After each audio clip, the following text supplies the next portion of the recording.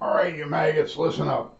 All right, what you're looking at is a field of IF cans. There's 3 IF cans, and the third one, getting the lid off. Remember, you gotta undo 2 bolts on the top, one on each side of the IF can. Then go underneath. There's 2 studs. Undo that. Now you go to lift the can off the IF assembly, and it's stuck because there's wax paper, fish paper between the assembly and the can. So on the third one, I really had trouble. So what I did was I put popsicle sticks.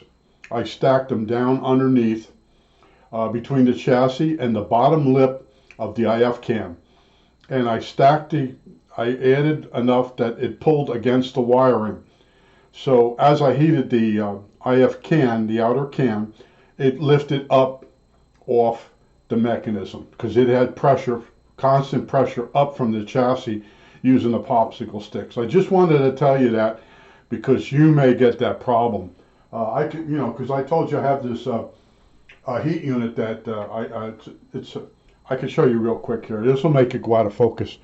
But there's a unit, and this thing here blows hot air out that little tip, and I use it for shrink tubing. I use it for surface mount. I use it to swedge things together. I think it was like $99. There's a little, let me show you real quick. There it is down the back there. There's a little unit that controls the temperature. It's a hobby in itself. Let me make sure this thing sort of refocuses. All right, that's pretty good. Now, what I didn't tell you on the last video is this IF can on this side, this one, and this one, is your AM broadcast. Look at the coils. Notice there's more windings on the coils, and they're different. All 3 of these IF cans are different. This is what the manufacturers used to do when they first made radios. The IF cans were really meant to get you the most oomph. All right, so this is the AM.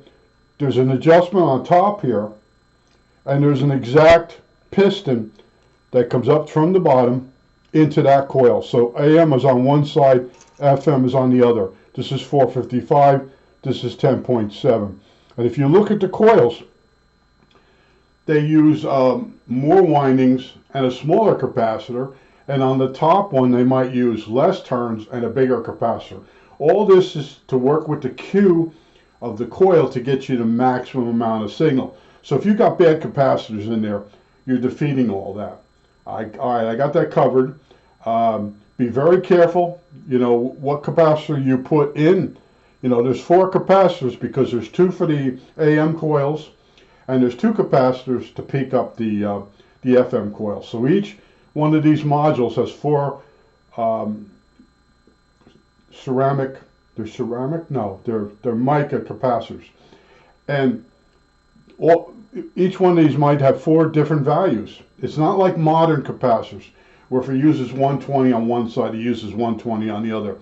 You're dealing with radios that were well designed. I won't say this thing was not made to be repaired. That's what's wrong with it. All right, now, when you get your modern capacitor, and it's not gonna, there's a tang in here. Cut out of this metal, right here, there's a tang.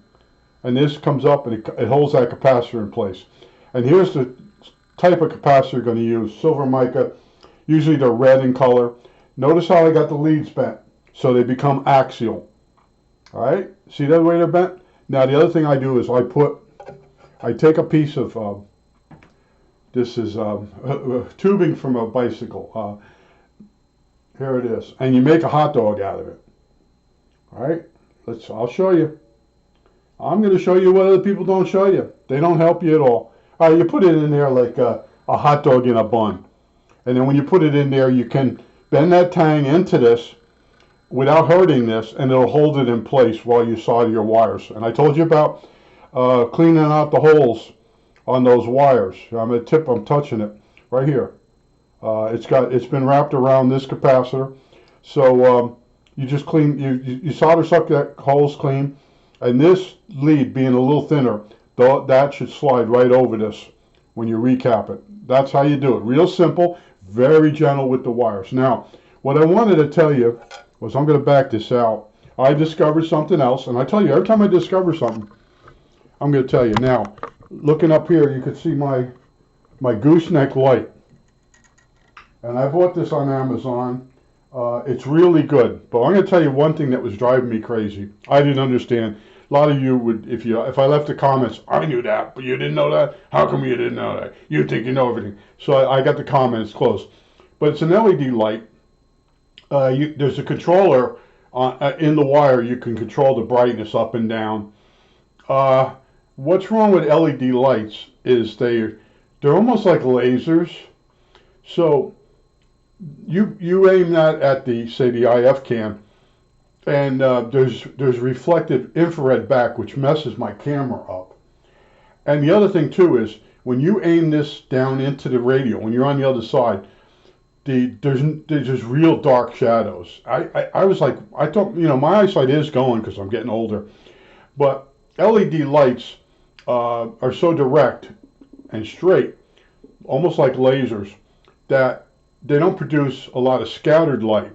So when you aim it down into the radio, the thing that the LED is hitting is lighting up, but on the sides it's jet black.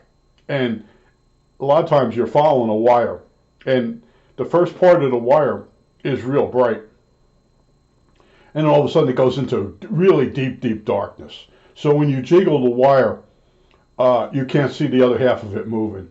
It's just a matter of, you know, it's LED, it's not incandescent. With an incandescent bulb, it puts the light out in all directions.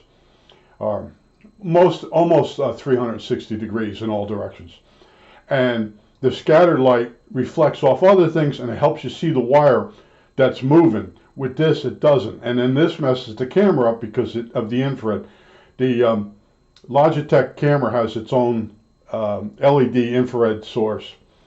And the two of them, if the light reflects back into the camera too much, it won't allow the self-adjusting part of the camera to work. And it's really annoying, and it gets me almost every time. I just remember, I just have to reposition the camera and go at a different angle so the reflected light off the object doesn't get back into the camera, if you follow me. But that was one thing. I just wanted to tell you, this is the AM side. There's two slugs. There's one underneath. There's one up here. See, this guy that had this radio, he adjusted both these like it's AM. And it threw the whole radio off. So FM's not working. The mica caps in there are bad. Expect each value of each one of the four capacitors. Oh, I'm pointing to it. I'm not even on it. All right. AM again is on one side. FM's on the other side. There's an adjustment post at the top. There's a post at the bottom underneath. You'll notice the coils look all different. Different amount of coil. This, like I said, in the old days, they really made them good. But each one of these capacitors is slightly different value. And you'll be looking at the schematic. And it's gonna take a little while. Sit and relax. Put a list of what's in the IFCAN 1, 2, and 3, and then add them up vertically, how many you need, and then order. I order the capacitors 10 at a time, and I get them on eBay, and you get the best price, and sometimes you get free shipping. But I did cover how to get that can off. That last one was unbelievable. I'm sitting there and I'm going, you know, I'm older. I'm not as sharp as I used to be, and the can is stuck on top of the assembly. And then it hits me to get some popsicle sticks, break them, put the pieces down on the bottom between the chassis and the bottom lip of the IF can, and add them in until the can is pulling up on the assembly and the wire is pulling down from, it's wired underneath. Then heat the thing up, and all of a sudden the can will slowly creep up, and you'll be able to break the seal. But you know, I'm telling you, I'm doing videos that nobody else does, and I keep getting videos recommended to me.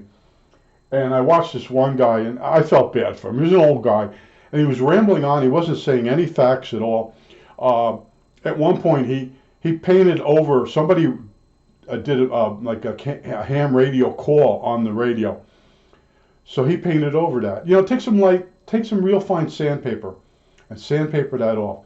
then paint the part. Because after he got done, he goes, yeah, you can still see the lettering through the paint. I'm like, do it right. To go the extra mile. And then that video, who is that going to help? That radio, BC348, that's a tough radio too. And showing somebody how to paint something. Why would you paint something that you still have to recap and is really hard? But that's how dandies work. Dandies, some of them are looking at this going, boy, he didn't even clean off the dust on the radio. That's dandies. That's how dandies think. Dandies worry about how long my fingernails are. Let's get them a good shot of my fingernails. Oh, look, they're nice and manicured. I don't bite my nails. And I do use my fingernails working in electronics. I always have. They're very handy to have fingernails to pick up lock washers and star washers. So I had several people watching me work one time, and they go, you really use your fingernails. I said, that's why I have them. And I have them at a certain length. And, I don't say I manicure my fingernails. I just cut them, and I use these giant cutters because they're very tough. So are my toenails. I think that's it. All right, that's it.